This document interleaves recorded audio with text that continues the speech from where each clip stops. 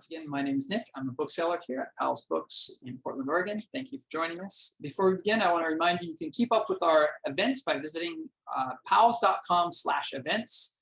You can also follow us on our major social media platforms, including Twitter, TikTok, Instagram, YouTube, and Facebook. Tonight, we are thrilled to have with us Andy Kroll in conversation with Tim Dickinson, talking about Andy's new book, A Death on W Street, The Murder of Seth Rich and the Age of Conspiracy.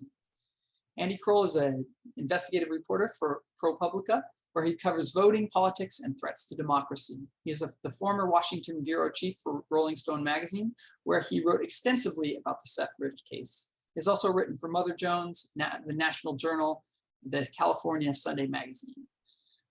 In the early hours of July 10th, 2016, gunshots rang out and a young man lay fatally wounded on a quiet Washington, D.C. street. But who killed Seth Rich? Wild speculation and fantastical theories surfaced on social media and gained traction thanks to a high-level cast of provocateurs. But it wasn't until Fox News took the rumors from the fringes to the mainstream that Seth Rich's life and death grew into something altogether unexpected, one of the foundational conspiracy theories of modern times. A Death on W Street is the definitive story of Seth Rich, of those who tried to weaponize his memory in a war of words unlike any other, and one family's crusade to protect the truth against all odds. Kroll will be joining conversation by Tim Dickinson, a senior writer with Rolling Stone based in Portland, whose current focus is the intersection of politics and extremism. Tonight's event will also include a Q&A portion, so please ask any questions down in the Q&A box below instead of in the chat. If you see any questions that you'd also like to know the answer to, please click the thumbs up button so that we'll know that question is one that isn't to be missed. So during the event, a couple times, I'll be dropping a link to purchase A Death on W Street. And so to buy that, so please go and buy the book just in order to support Andy and Powell's. So anyway, right, and now please give a warm welcome to Andy Kroll and Tim Dickinson. Thank you so much for joining us. Tim, this is great. Andy, so fun. Good to see you, my friend. It's good to see you too. So for those of you who don't know, Andy and I were colleagues for a number of years at Rolling Stone. So I had a little backstage information about this book that was always in the works. So it's just delightful to see it live and in the flesh and getting such a great reception, Andy. Congratulations. Yeah, thanks. It's, I did a lot of this work, kind of reporting the story and getting my arms around it when you and I were colleagues at Rolling Stone. And it always felt to me like a classically Rolling Stone story, politics, internet weirdness, Fox News, all of these things that, Rolling Stone covered for so long. There's a little bit of me that feels a little sad that I'm not still there when the book came out, but I did one better and I got to have a conversation with you. Awesome. Did you want to kick us off with a reading, a little introduction, and then a reading from the... Yes, I'm just going to read a very, very short passage of this. I promise I will not belabor this or drone on because none of you want to hear that. But I do want to read this passage. So as we heard in the introduction, this book is about a murder in the summer of 2016 of a young man named Seth Rich, who worked for the Democratic National Committee.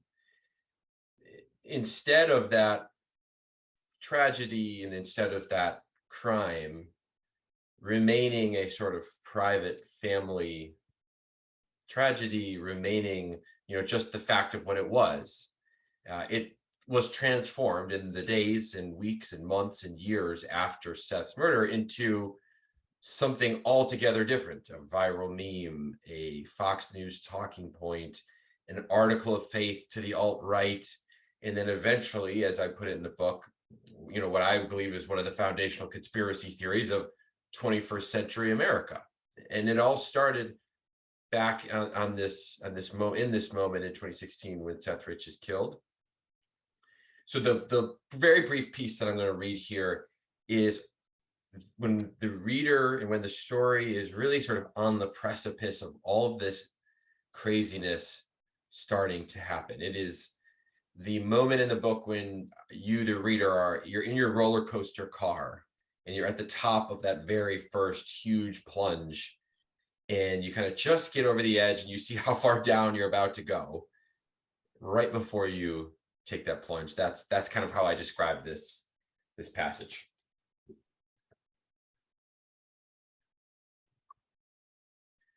When the plane transporting Seth's body landed at the Omaha airport, his parents, Mary and Joel, his brother Aaron, and Molly, Aaron's wife, waited on the tarmac to greet him. The airport usually didn't allow this, but Mary had demanded to see her son one final time before his funeral, and Joel called in a favor to make it happen. The airport workers took off their hats as a plain pine casket was carried off the plane. Mary stood over it and had one final conversation with her baby boy, her Froggy, her Roo. The funeral took place at Bethel Synagogue. Friends and family, old teachers and neighbors filled the sanctuary. Until that moment, Joel and Mary hadn't realized how many people Seth had touched. There were friends from summer camp and old buddies from Central High. Former U.S. Senator Ben Nelson, whose campaign had hired Seth for his first real job in politics, attended. The president of Creighton University, where Seth had gone to college, read a psalm in perfect Hebrew. There are no answers for a young man gunned down in the prime of his life, Rabbi Stephen Abraham said in his remarks. All we have is questions of what could have been, what should have been, and talk of potential greatness for which we will never bear witness. At the gravesite, after the pallbearers had lowered the casket into the ground, the rabbi asked everyone to deposit a small amount of earth on top with the back of a shovel. In Judaism, this is a final act to honor the dead, a favor that can never be repaid. Normally, mourners add just enough dirt to cover the casket and then depart, leaving the cemetery's grounds crew to finish filling the hole. Seth's high school friends and fraternity brothers stepped forward and insisted they would do it themselves. They took off their suit jackets, loosened their ties, and took turns shoveling until they had filled Seth's grave with fresh earth. Seth's DNC co-workers thought of their own way to honor him. The day after his death was announced, Hillary Clinton and Bernie Sanders were scheduled to make their first joint appearance since Clinton had effectively won the Democratic nomination. The animosity between supporters of Clinton and Sanders had threatened to pull the party apart. And so as a gesture of unity, Sanders agreed to officially endorse his erstwhile rival on the campaign trail shortly before the 2016 Democratic Convention. Someone at the DNC passed a request to the Clinton campaign. Could she mention Seth in her speech? Media from around the world had descended on Portsmouth, New Hampshire to cover the rally. It was hard to envision a bigger platform on which to remember Seth. Backed by an enormous flag, Clinton and Sanders took the stage on the morning of Tuesday, July 12th. As Clinton worked through her stump speech, Seth's former colleagues waited with anticipation. From Sandy Hook to Orlando to Dallas and so many other places, these tragedies tear at our soul, Clinton said, referring to several recent mass shootings. And so do the incidents that don't even dominate the headlines. Just this past Sunday, she went on, a young man, Seth Rich, who worked for the Democratic National Committee to expand voting rights, was shot and killed in his neighborhood in Washington. He was just 27 years old. Surely we can agree that weapons of war have no place on the streets of America. Seth's co-workers watched Clinton's speech, holding back tears. It meant so much to them and to Joel and Mary and Aaron to hear one of the most recognizable people on earth pay homage to Seth. But as Clinton kept speaking, one of Seth's old colleagues started to feel uneasy. She remembered all the people out there who hated Hillary Clinton and obsessed over her every word, forever in search of a hidden motive or a sinister plot. Many of those people probably hadn't heard the name Seth Rich until it came out of Hillary Clinton's mouth. I had a moment when I watched her say it on TV, the colleague would later recall. And the next thought I had was, oh dear God, what have we done? All right. So, as our starting point. It's really, I think your description of the roller coaster is good. And as we're sort of perched here, best practice when talking about sort of misinformation and conspiracy theory. It's kind of a truth sandwich. So we get Yeah. the actual facts, the conspiracy theory, and then we'll close with some facts. So before we get into all the conspiracies around Seth and the death that motivates this whole story, what do we understand about the facts of that murder? What actually happened to Seth Rich? Maybe tell us a bit about who he was in real life, and then what happened to him that night, as far as anyone's actually been able to discern on the facts. Yeah.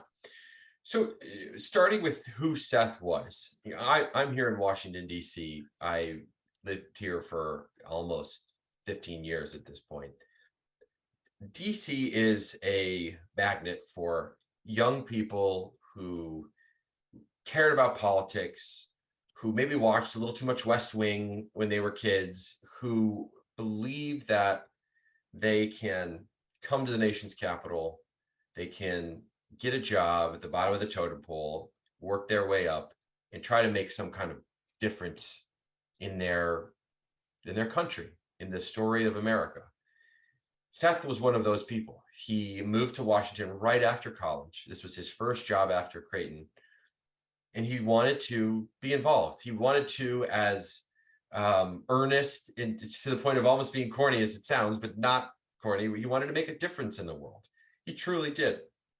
The issue he cared about more than anything was voting, access to voting, getting people to vote. He believed that the country was at its best when everybody was participating, and he didn't care, even though he worked for the Democratic Party, if you were a Republican or a Democrat, a Libertarian, a Green Party supporter, or whatever. He just wanted as many people as possible to participate in democracy, in the thing that makes this country great. So he was working for the DNC during this particularly tense 2016 campaign. He was on the cusp of getting a promotion, of fulfilling a childhood dream, and of working on a presidential campaign. He had this offer to go work for the Clinton presidential campaign. He hadn't accepted it yet, but he wanted to, and this was on the horizon for him. And he's out at a bar late one night in July of 2016. And he'd had some relationship trouble, as all of us do. I think he was feeling a little lower than usual from talking to his friends, from talking to people who'd spoken with him recently. And so he was out at the bar by himself and just decided that he would rather walk home than take an Uber, take a cab, whatever. And he was walking across Northwest Washington, D.C. too late at night, definitely, after the bar basically closed. He was talking on the phone, and he was walking into a neighborhood, his neighborhood, a place called Bloomingdale, that had been plagued with armed robberies all summer long. I mean, there were more than a dozen of them. A lot of them fit this weird pattern of people who had been walking home late at night, talking on the phone, and two guys come up behind them. At least one of them is armed, basically say, give us your phone, give us your valuables. Interestingly, they said, disarm the track your iPhone app on the phone. It's even in the police reports, this little detail. I mean, these guys were fairly sophisticated. Turn off your tracking app, give us your phone, give us your valuables, whatever. What the police have said, what my reporting, and every time I went in this direction, what it pointed me to every time from police sources, from federal prosecutor's office sources, was that Seth was probably the victim of an attempted armed robbery in the way that other people had been the victims, and he might have resisted. He was shot several times. He was talking on the phone when this happened. He was shot several times. The police were there within minutes, but he was taken to the hospital but didn't survive. And so from basically the beginning of this crime happening and the public learning about it, the police have said, based on everything we know, we don't have 100% certainty, obviously, and the case remains unsolved today. But based on everything we know, this appears to be an attempted armed robbery. And that was the reason for Seth's murder. But that is not what people online wanted to believe or chose to believe in the hours and days and weeks afterward. So before we get into the specifics of of the murder and the conspiracy theories around it. Can you set the stage for us about a bit about the history of conspiracy theory in America, and what about this moment made all of this somehow tenable to people, believable to people, that all these crazy things could be connected to this one murder? And you mentioned Hillary Clinton is obviously a rich history of conspiracy theories around the Clintons, but maybe just before we take the big drop, tell us a little bit more about the conspiracy theory culture in America and why this moment was sort of particularly susceptible to a story like this. Yeah. Conspiracy theories are as old as not just the United States of America, but I would argue humankind.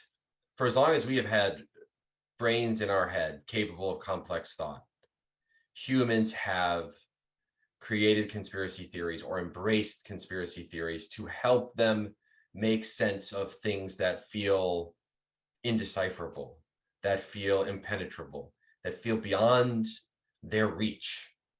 I mean, the very common trend with conspiracy theories is that they are a way to feel like you have control in a moment when the world feels like it's out of control, or that it is spinning faster than you can get your arms around. Again, this is just how we're wired. This is baked into our minds. It is not unique to one political party or the other. It's not unique to one ideology or the other. There's none of that. Everyone is susceptible to these things. It's just how our minds work.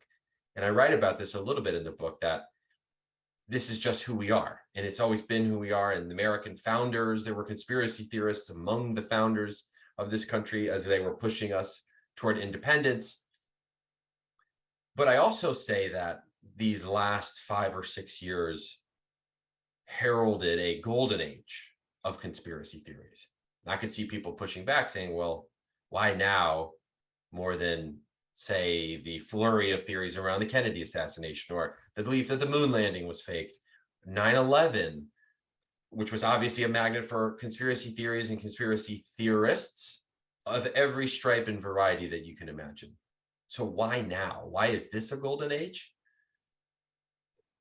The tools available to someone who wants to blast a conspiracy theory out into the world have never been more powerful. The ways in which someone can spread their message, whether that is actually a real message, whether that's something rooted in fact, reality, science, data, or a conspiracy theory, there's never been a better time to spread that kind of information.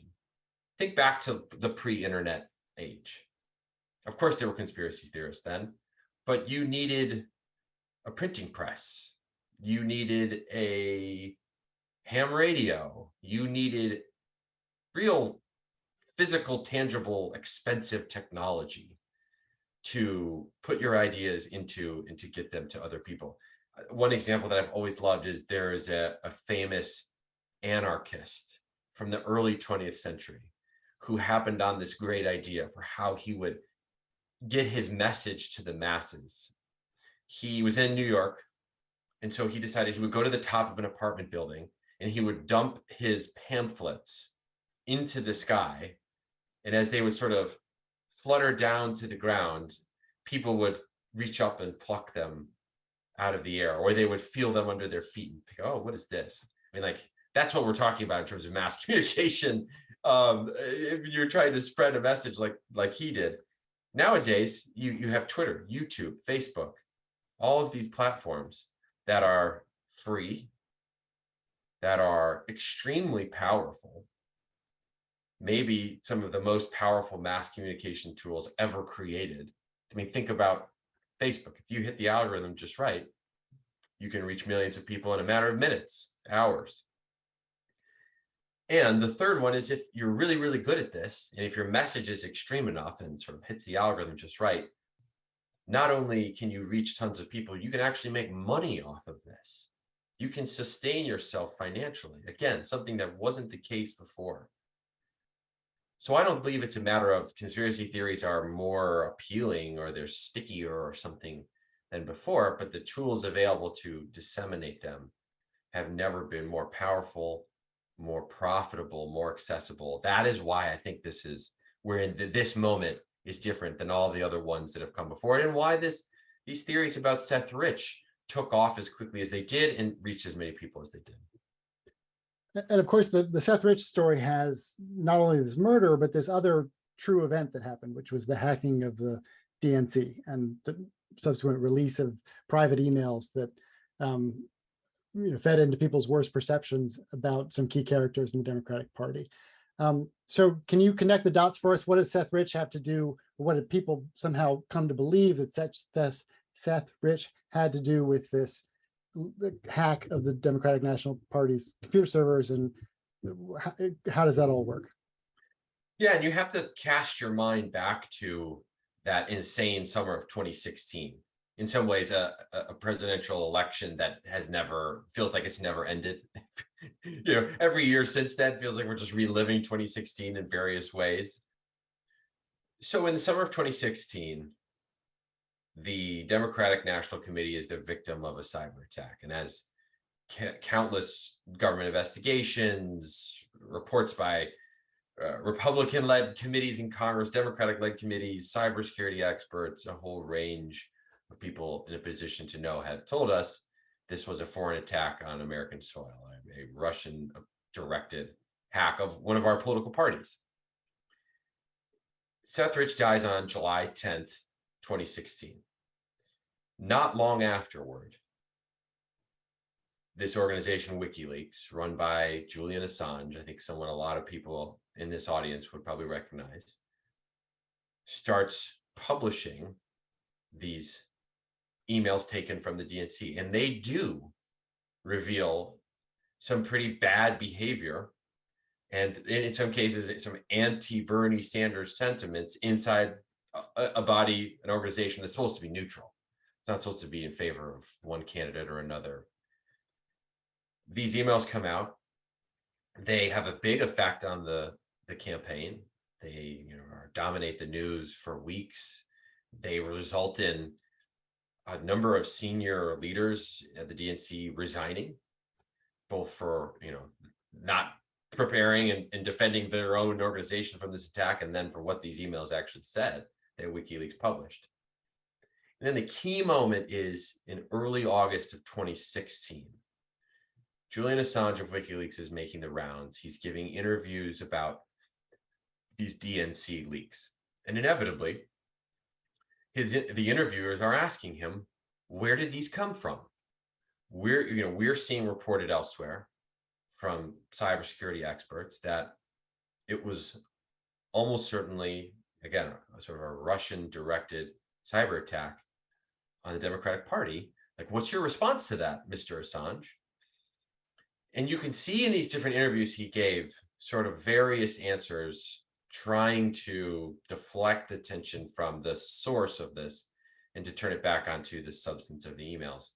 But in an interview with a Dutch television program, more or less the Dutch equivalent of PBS, I think, he insinuates ever so cleverly, I guess you could say, that the source for these emails was not some foreign adversary of the United States, that it was Seth Rich. Now, he doesn't come out and say it, Assange, but he is asked, well, who your source was. And he's like, well, we don't talk about sources, but this young man who worked for the Democratic Party was shot and killed in Washington, D.C., and our sources get really concerned when they see things like that.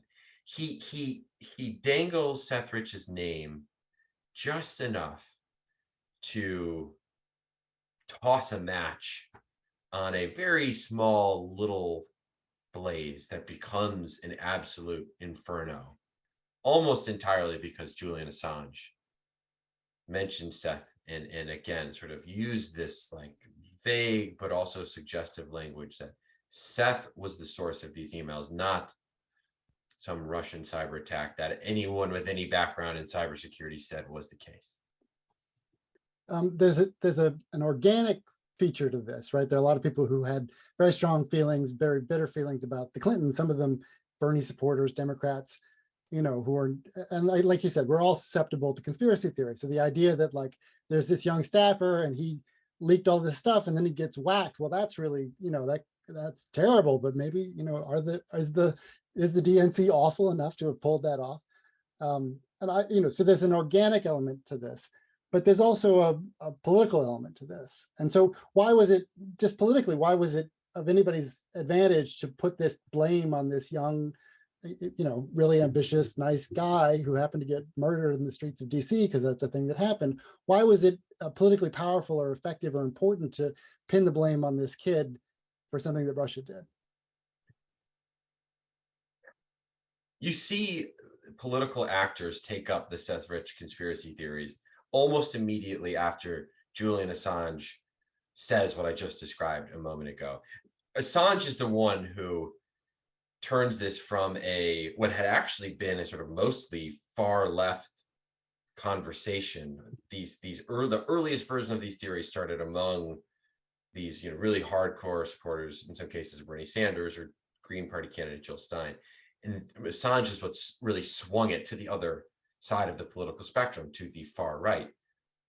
The political value of this was clear as day. If then candidate Trump and all of his supporters and all of his campaign aides, his children, etc., could say, no, this wasn't an attack by a foreign adversary meddling in our election, interfering in our democratic process. It was this disgruntled insider who was then, the victim of a political hit job ordered by the Clinton family. Like there's so much to that would benefit a rival candidate to Hillary Clinton, obviously, and it would take some of the pressure off of then candidate Trump, because he would say, well, this whole Russia story, as he continues to say to this day, is nonsense because it was this guy, Seth Rich. Even though there was no evidence, and remains to this day, there is no evidence that any of that was even remotely true for a variety of reasons, the political value of it was so great that the fact that there was no evidence didn't matter. Didn't matter to Roger Stone. It didn't matter to millions of people on social media, on Twitter, who wanted to defend the president, who wanted to elect, I guess the future president, and who wanted to elect Donald Trump. It was one of those things where it was too good to not be true. And so it didn't matter whether it was actually true, because when politics becomes a sort of form of combat between these warring tribes, as it was absolutely in 2016, you don't really care whether this really enticing piece of information circulating online is real or not, because it's going to help you achieve, a sort of political outcome. It's going to help you score points for the cause. And so, of course, we have this real family that's back in Omaha grieving the loss of their son, and they're looking for answers. They want any help that they can get solving this murder. And it turns out that they are approached by people who maybe don't have their best interests at heart. And that's kind of a seminal part of this story. So can you talk about who they put their trust in and why that turned out to be a really dangerous idea for their family's sanity and future?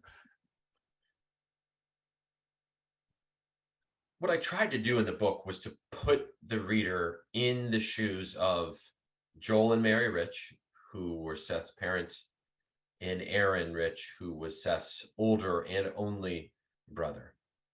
So imagine this.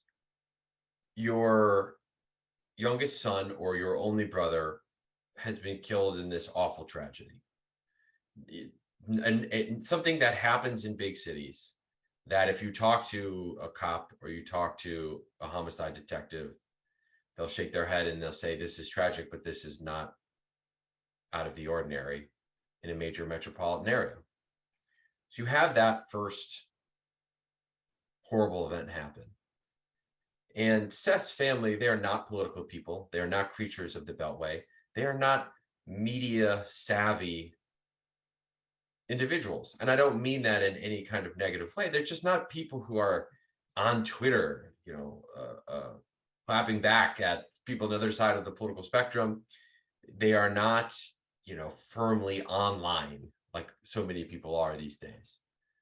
So they're seeing this stuff happen online and they're thinking, okay, this is kind of bizarre, but whatever, it'll go away eventually. Julian Assange says what he says, and then it's like, oh, this is actually becoming more of a thing. Why is this happening? And who even is this Julian Assange guy? Like, why are they talking about our Seth? And so there's all of these things colliding at the same time. The family is grieving Seth's loss because this has just happened a month or two earlier in July 2016. They are mystified at all this stuff happening online. Why are people saying this? Why is anyone talking about our Seth? And they want answers to who committed the crime, the original thing that set all this in motion, because they want closure. They want some certainty. Why did this happen? Who did this? We want some accountability. We want some justice for the person who took Seth's life. And, they get to a point around, the end of 2016 and early 2017 where the police have not made any arrests. The family is feeling just so raw that both these people are running with online theories about Seth, spreading information that's not true, not real. And they can't get that closure they want. They will do anything to help the police, help the federal prosecutor, who I also write about in the book, assigned to the case, make an arrest, or at least a person of interest, something. And so what happens is the rich let these people into their lives in some cases, or people inject themselves into the rich's lives, professing to want to help, when in fact the motives, as we would later find, were different than being a good Samaritan, a purely good Samaritan. You have a lobbyist named Jack Berkman in DC who wants to help the family by offering a reward, but in the end just seems like he wants to use their tragedy and all of the online hoopla to make himself into a media star, to get in front of cameras, to give press statements, to talk to reporters. He just wants to elevate his profile. And then you have another gentleman who comes along named Ed Butowski, who also says he wants to help the family, but at the same time is working with a reporter at Fox News, a Fox News commentator, on a story that would say that Seth Rich was the DNC leak source, despite not having the evidence to back it up. The family does not know that they would never imagine that people would come out of nowhere and say, we want to help you, but have some other motives for their involvement or have some other angle that they were playing.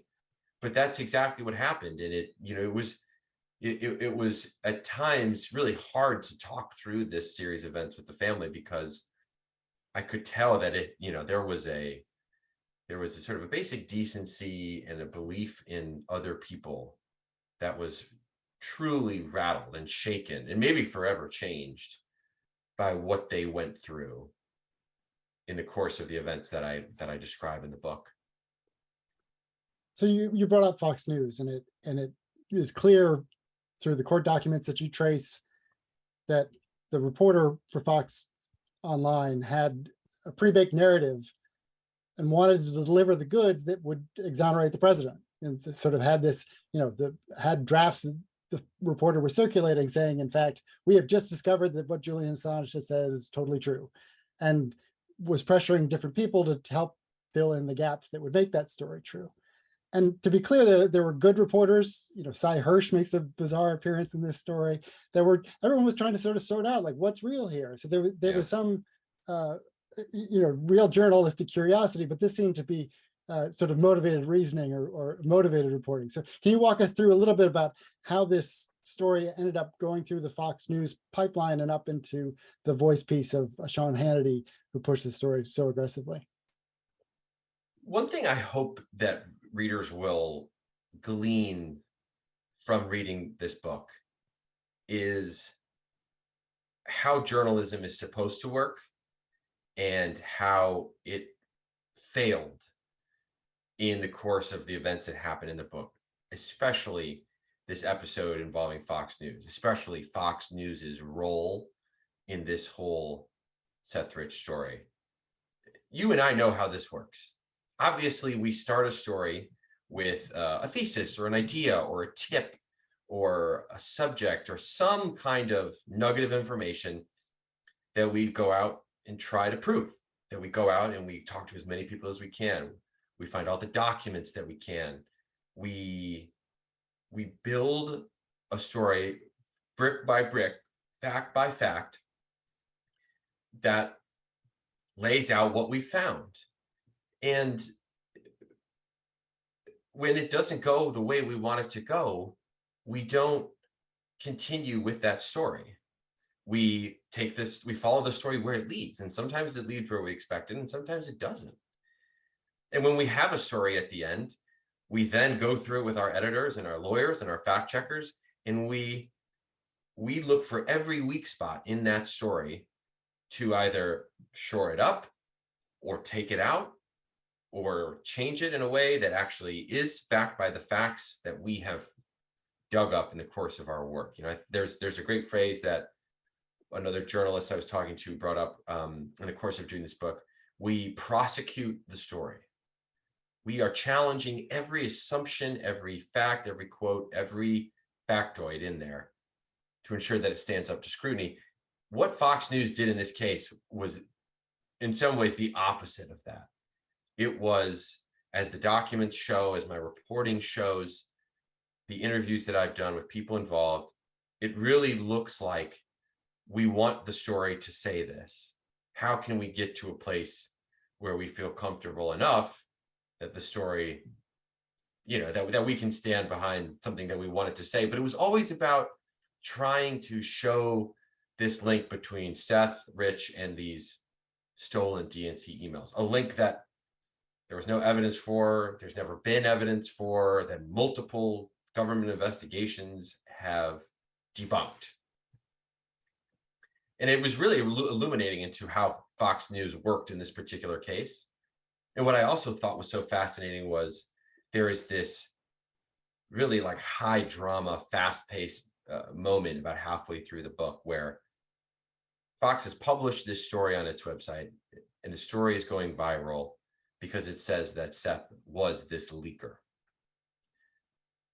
Within hours of the story coming out, it is challenged by the FBI, by the DC Police Department, by other journalists who've covered this story. And inside Fox, there is this scramble to understand, wait, what happened? Like, this was this huge story that had been in the works for months, apparently. You know, it's blowing up. It's made this massive allegation that everything we thought we knew about this huge event in the 2016 campaign was not true. Actually, it was this other thing. Actually, it was this story of a leaker. And the network is scrambling to figure out what's gone wrong. And at the same time, Sean Hannity is on his primetime show promoting this central allegation every chance that he can get. He has his microphone, his megaphone turned up to 11, and he is blasting this out to as many millions of viewers as he can. I just thought that there was something fascinating about how even within, I mean, we think of Fox News as kind of a monolith, you know, even within Fox News, there was, you know, this opinion side, this primetime opinion side was running with the story while the news side was trying to figure out, like, whoa, what just happened? And of course, this moment of drama, this week-long period that I describe in detail in the book, almost like a blow-by-blow, ends with Fox News retracting its story, retracting this bombshell that Seth Rich was the leaker who had given these emails to WikiLeaks. He took the story down completely. And Sean Hannity, in what I think is maybe the most defining moment that I've ever seen come out of his mouth on his show, he's about to have this, you know, blockbuster interview on his show claiming that he has more evidence that Seth did this. He backs away from it moments before he's going to go on air. But then he just leaves the door cracked open ever so slightly. You know, I'm going to continue to investigate this. I'm going to find the truth. I'm not done, America, so stay tuned. That always stayed with me. He couldn't just let it go. He couldn't admit that he was wrong or that his network was wrong. Instead, he left that door cracked open ever so slightly so that his viewers thought, oh, okay, more to come. And so normally a tragedy like Seth Rich's death would, you know, it would be maybe a news story, sort of a pebble in the water, ripples going out. and then it goes away, right? The water's clear again. But at every step, as your book really shows us, that it started with a pebble in the water, and then it became a little eddy, and then a whirlpool, and suddenly it's this enormous gyre that's just taken on a complete life of its own, where the fact that Fox News has retracted the story, well, I mean, the truth of it doesn't matter. Of course, the powerful interests are getting this covered up. Look, they even have Fox News, they're powerful enough to make Fox News walk this back. Well, of course, Fox News, it just takes on this incredible life of its own. And you talk about this as a true crime story for our post-truth era. And I think that it's really just an extraordinary piece of reporting, because it takes, I personally, having had my nose too close to the Trump administration for many years, this is the first time that I could sort of step back and reconsider that trajectory and those events, and see it anew and consider it anew without sort of the PTSD of the of the Trump era. So I really enjoy it, and I think it really takes us to this moment where we've lost a communal sense of what is true and what is establishable, and what a set of facts that we can all stipulate to it. I think it speaks to this moment that we've arrived at in our politics, where that is just gone. And this book, all these storylines, there was a lawsuit, and the families, so maybe talk about, before we take some questions, sort of try and tie this together for us as to how the family's legal actions and the lawyers that were part of this story carried this forward to a place where at least the family could take their memory of Seth and be a little bit at ease. Yeah.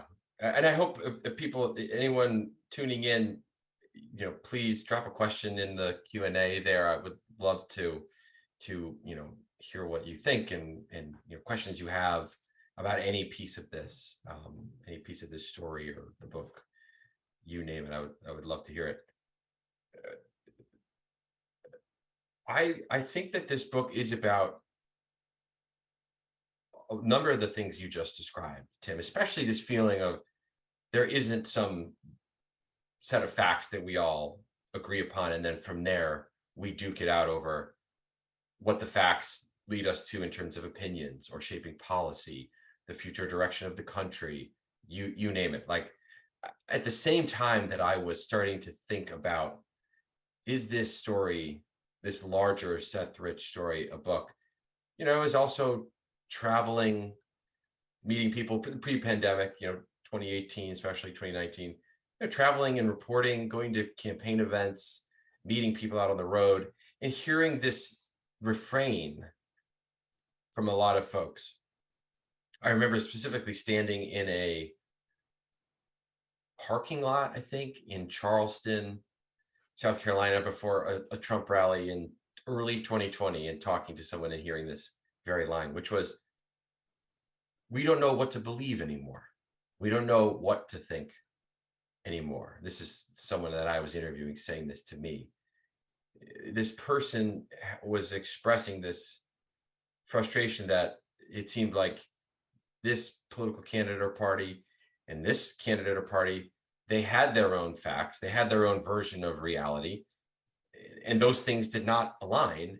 And so we're just going to throw up our hands and say, well, if none of this is true, then I don't know what to believe, and I'm just going to gravitate to the one that seems more appealing, or is louder, or is more stronger, or just makes me feel good. Not because I think it's right, but because that's just the way I'm going to go on an emotional level. And so that was happening. And I thought, I feel like that larger phenomenon dovetails with all of this stuff I've been seeing involving Seth Rich, his family, and so on. So that was like an itch that I had to scratch. It was a question that I needed to answer for myself, at least. But I feel like for tons of people out there who also are either hearing that from loved ones, family members, coworkers, or felt that way themselves. We were talking about Fox a second ago.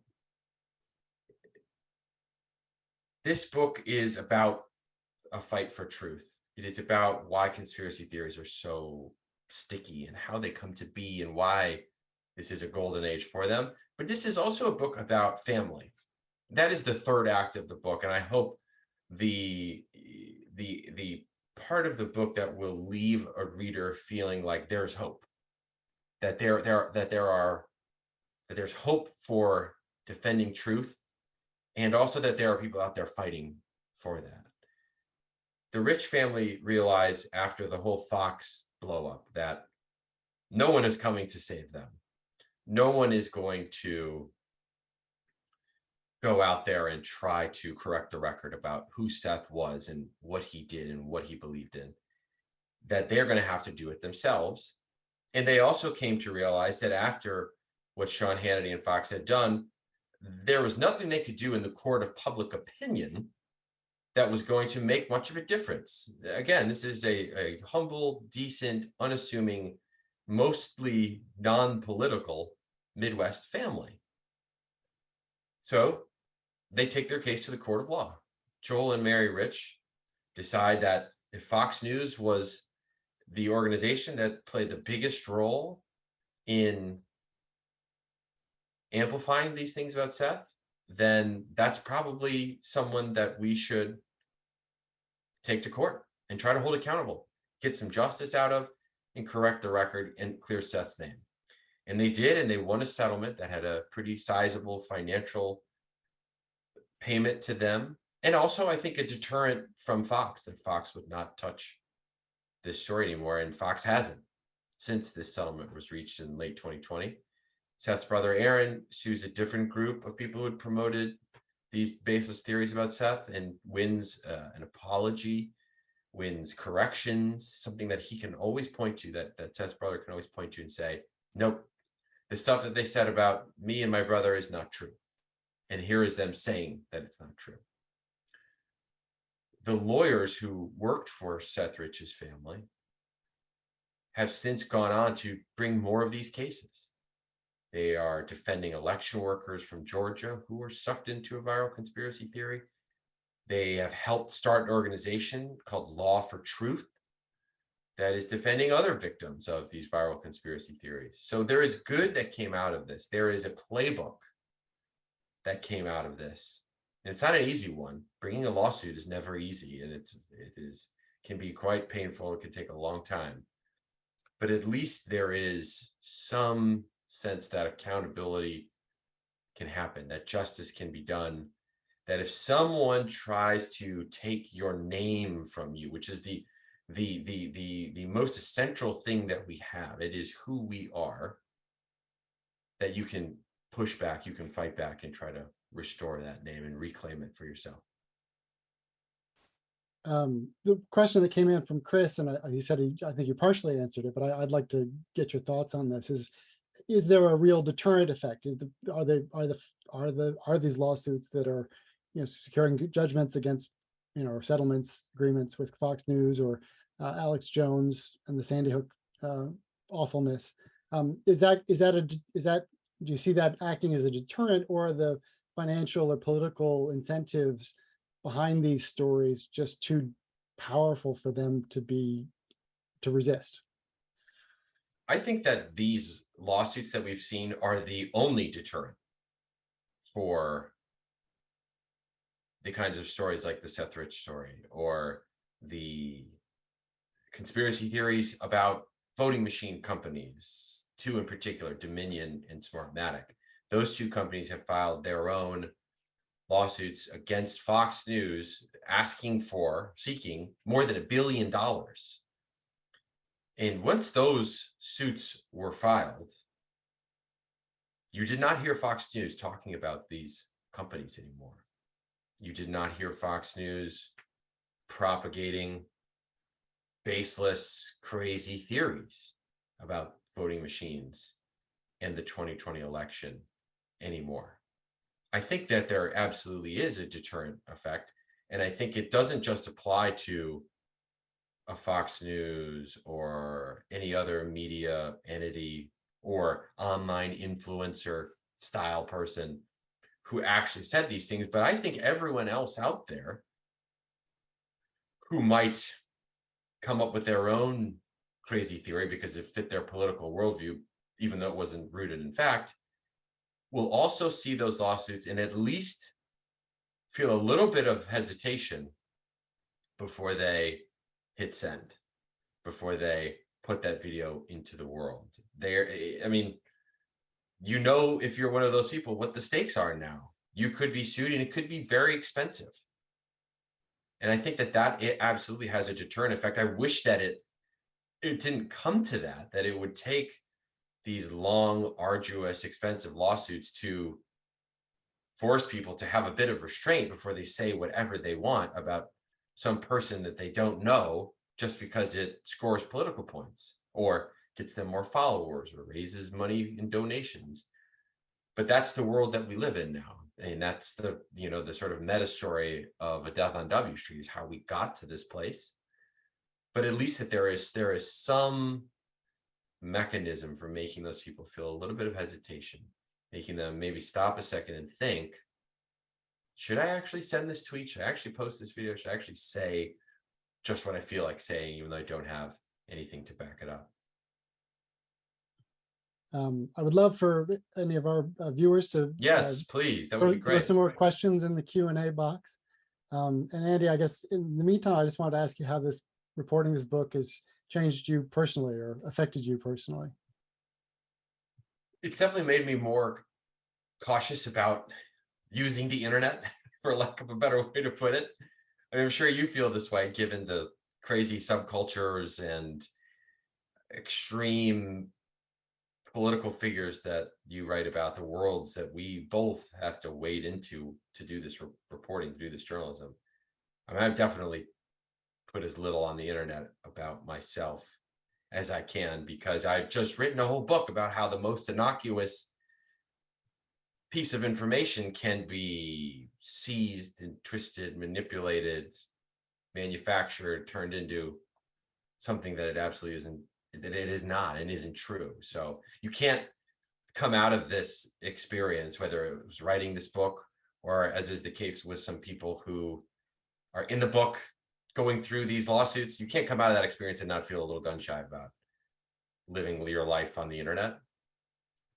But it's also, it has given me an even deeper appreciation for family and the ties that link a family together, the strength of those ties. I mean, I spent a lot of time with Seth Rich's parents and his brother in the course of reporting this book.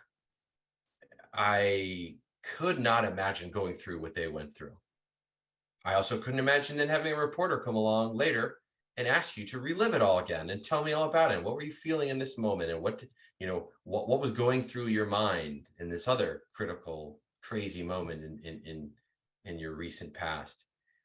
They not only were willing to tell their story and told it over and over again to me, but they underscored to me that there were always sort of twin North Stars for them. One was that they would follow the truth and the facts wherever it led them. Joel Rich has said that every step of the way. He has said it recently in interviews he's given about this book, that what mattered was the truth and the facts, and they would go wherever those led. And that fills me with awe, that given what they went through, they felt that way and remained resolute. And also fills me with awe that they would, more or less go to the end of the earth to restore Seth's memory, to reclaim his name, to tell the world that, he is not your meme. He is not your hashtag. He's not your partisan talking point.